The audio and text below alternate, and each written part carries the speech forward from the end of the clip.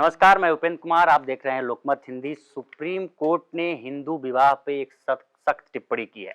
दरअसल मामला ये है कि एक लड़के और एक लड़की ने एंगेजमेंट की, एक दूसरे को अंगूठी पहनाई, बाद में किसी निजी संस्था से शादी का प्रमाण पत्र लिया। उसके बाद से वो अपने अपने स्टेट में रजिस्टर्ड कराए, लेकिन कुछ दिनों बाद दोनों में अनबन हुई तो लड़की ने तलाक की अर्जी कोर्ट में लगा दी। रांची कोर्ट में अर्जी लगाई। उसके बाद लड़के ने जब कोर्ट पहुंचा तो उस मामले को स्थानांतरित करने के लिए सुप्रीम कोर्ट पहुंचा कि इस मामले को स्थानांतरित किया जाए।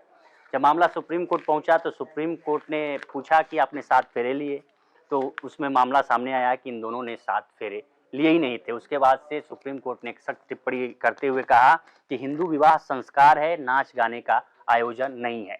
दरअसल ये पूरा मामला क्या है, इस पूरे मामले के बारे में हम अपने साथी गौरव से जानेंगे कि आखिर हिंदू विवाह के बारे में क्या है, क्या चीज़ें, क्या 7 फेरे अगर आपने नहीं लिए तो शादी मान्य नहीं होगी, कैसे हिंदू विवाह का क्या कानून है और ये पूरा मामला क्या है, थोड़ा विस्तार से हम गौरव से समझेंगे।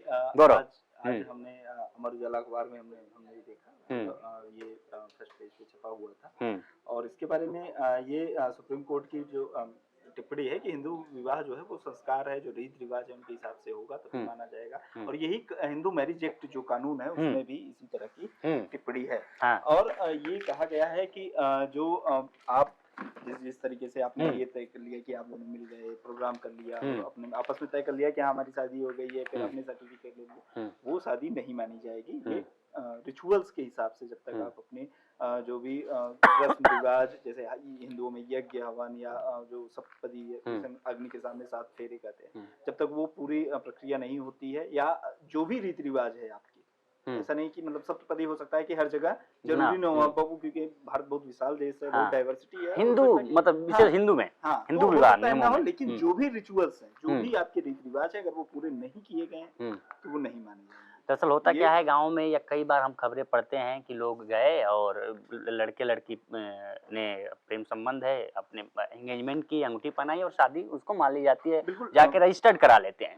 लेकिन अगर बाद में अगर ऐसा कोई मामला होता है, जैसे इस केस में मामला हुआ है, इस केस में लड़की रांची की रहने वाली थी, लड़का मुजफ्फरपुर का रहने वाला था, मुजफ्फरपुर बिहार का रहने वाला था, और दोनों ने एक दूसरे एंगेजमेंट की। एंगेजमेंट में उसने भी अंगूठी पहनाई, इन्होंने भी अंगूठी पहनाई। बाद में अपना एक ग्रैंड वो रिसेप्शन देके और उन्होंने कहा कि शादी हो गई। उन्होंने अपने अपने स्टेट की वेबसाइट पे, जैसे बिहार में मुजफ्फरपुर में अपना स्टेट वेबसाइट पे उन्होंने कर दिया कि हमारा प्रमाण पत्र बना लिया। नहीं, इसमें हुआ क्या कि 7 मार्च 2021 को इनने आपस में एंगेजमेंट किया और शादी की तारीख मतलब 7 जुलाई 2021 बताई कि 7 जुलाई 2021 को हमारी शादी हो गई है। और रिचुअल्स के साथ शादी जो हम करेंगे वो 2022 की एक तारीख तय की इन्होंने, 25 अक्टूबर की। 25 अक्टूबर 2022 को इन्होंने शादी की तारीख तय की और फिर उसके बाद ये जो इन्होंने 7 जुलाई को जो कहा था कि हमारी शादी हो चुकी है, उसी के आधार पर इन्होंने एक वैदिक जन कल्याण समिति से रजिस्टर्ड करा लिया। वो एक कोई संस्था है जिससे इन्होंने सर्टिफिकेट ले लिया और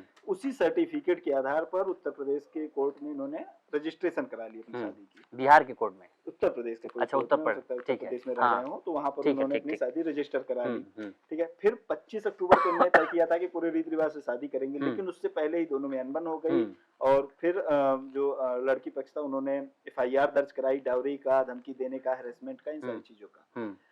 तो फिर उसके बाद लड़के ने भी एक FIR एक अपील दायर की कोर्ट में तलाक की। और वो तलाक की जब अपील दायर की उसने, तो जो लड़की का पक्ष था उसने कहा कि तलाक तो तब होगा जब शादी हुई होगी। अच्छा, इस मामले में तो शादी ही नहीं हुई है, क्योंकि लड़के ने जो अपील दायर की थी वो रजिस्ट्रेशन, चूंकि उनकी शादी का जो उनके पास सर्टिफिकेट था उसके आधार पर किया था, लेकिन जो लड़की का पक्ष था उसके वकील ने कहा कि जब शादी ही नहीं हुई है तो फिर तलाक का कुछ उसके बाद फिर जो लड़का पक्ष का वकील था उसने भी कहा कि नहीं, शादी नहीं हुई है रीति रिवाज के हिसाब से, तो ऐसे में ये नहीं होता। फिर इन लोगों ने सेटलमेंट के लिए कुछ अपने जो वो थे कि जो 7 जुलाई 2021 का जो वो शादी हमने कहा है उसको नल एंड वाइड माना जाए, जो रजिस्ट्रेशन कराया है उसको आपसी सहमति से, और जो सेटलमेंट का वो सब है तो वो उसी पर सुप्रीम कोर्ट ने ये टिप्पणी की है और उसी मामले की सुनवाई करते हुए हिंदू विवाह संस्कार है, विवाह संस्कार है, उसको नाच गाने का आयोजन नहीं है कि आप अपने मन से पार्टी कर लिए। और बहुत सारी सख्त टिप्पणी की है कि आपने शराब पी लिया, दारू पी लिया, खाना खा लिया, नाच गाना कर लिया, और इसका मतलब ये नहीं है कि शादी हो गई।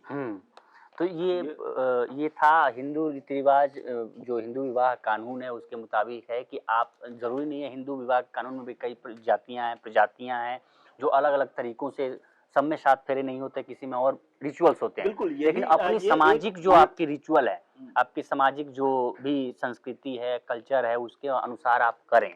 बिल्कुल। तो वो शादी ये एक वजह है, जैसे जब भी हम यूसीसी की चर्चा देखते हैं, हाँ, लोगों को ये होता है कि यूसीसी आनी चाहिए, क्योंकि एक कानून, क्योंकि जब जैसे कोई क्राइम होता है तो क्राइम चाहे हिंदू करे चाहे मुसलमान करे, कोई भी करे, एक कानून लागू होता है। लेकिन जब बात शादी की आती है, विरासत की आती है, मेंटेनेंस की आती है, तो उसको हम देखते हैं कि अलग अलग सबके कानून है। मुस्लिम मैरिज पर्सनल लॉ है, ठीक है, क्रिश्चियन मैरिज एक्ट है, और मतलब इस तरह से सबके अलग अलग कानून है। जो तो उन कानूनों में उनको ये छूट दी गई है कि आप अपने रिचुअल्स के हिसाब से शादी कर सकते हैं। तो जब यूसीसी की बात होती है तो यही होता है कि भाई ठीक है, आप अपने रिचुअल्स के हिसाब से शादी करिए, बट कानून सबके लिए एक हो। तो ये खबर अपने आप में महत्वपूर्ण थी, ये बतानी ज़रूरी थी, इसलिए हम लोगों ने इस पे चर्चा की कि हिंदू विवाह संस्कार है, नाच गान का आयोजन नहीं है। सुप्रीम कोर्ट ने सख्त टिप्पणी की कि आप किसी भी समाज, हिंदू विवाह कानून में किसी भी प्रजाति समाज से आते हों, आप अपने संस्कृति को फॉलो करें तो वही शादी विवाह मान्य होगा। हिंदू विवाह कानून में क्योंकि हमने ये खोल के रखा है तो हम कह देते हैं कि हिंदू विवाह जो समाज में प्रचलित रस्म रिवाज के मुताबिक होना चाहिए, इसमें लिखा हुआ है। और हिंदू विवाह होम यज्ञ हवन आदि और या सप्तपदी जो 7 फेरे लिए जाते हैं, तो उससे लिया जाता है, यानी जो अग्नि देवता के आगे। हाँ, और इसमें ये भी लिखा है कि ये ऐसे जो रीति रिवाज हैं वो समाज में लंबे अरसे से चले आ रहे हों, उनके मुताबिक होना चाहिए। और अगर दोनों के, लड़की और लड़के के बीच जो भी रिवाज हैं दोनों में अलग अलग हैं, तो किसी भी एक के जो रिवाज हैं उनको माना जाए, उसके साथ फॉलो किया जाए, हाँ, शादी किया जाए।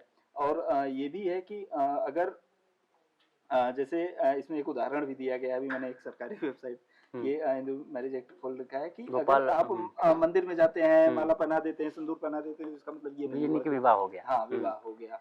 तो ये अक्सर हम ये खबर देखते हैं, हाँ, ऐसी चीजें। हाँ, इस तरीके से देखते हैं। और एक इसमें ये भी है कि जैसे लोग जो कहते हैं कि हमने कोर्ट मैरिज कर ली, और तो वो जो ये होता है कि जब आप अलग मत के या अलग धर्म के दो लोग, हाँ, तो वो स्पेशल मैरिज एक्ट 1955 में आता है, तो उसके हिसाब से वो शादियां होती हैं जो कोर्ट में रजिस्टर की जाती हैं। तो ये है, हिंदू विवाह को वैध बनाने के लिए उचित संस्कारों व समारोहों के साथ किया जाना चाहिए। सुप्रीम कोर्ट ने सब सख्त टिप्पणी की है कि आप किसी भी जाति, समाज, समुदाय से आते हों, अपने समुदाय के रीति रिवाज को आप फॉलो करें और उसी अनुसार आप शादी करें।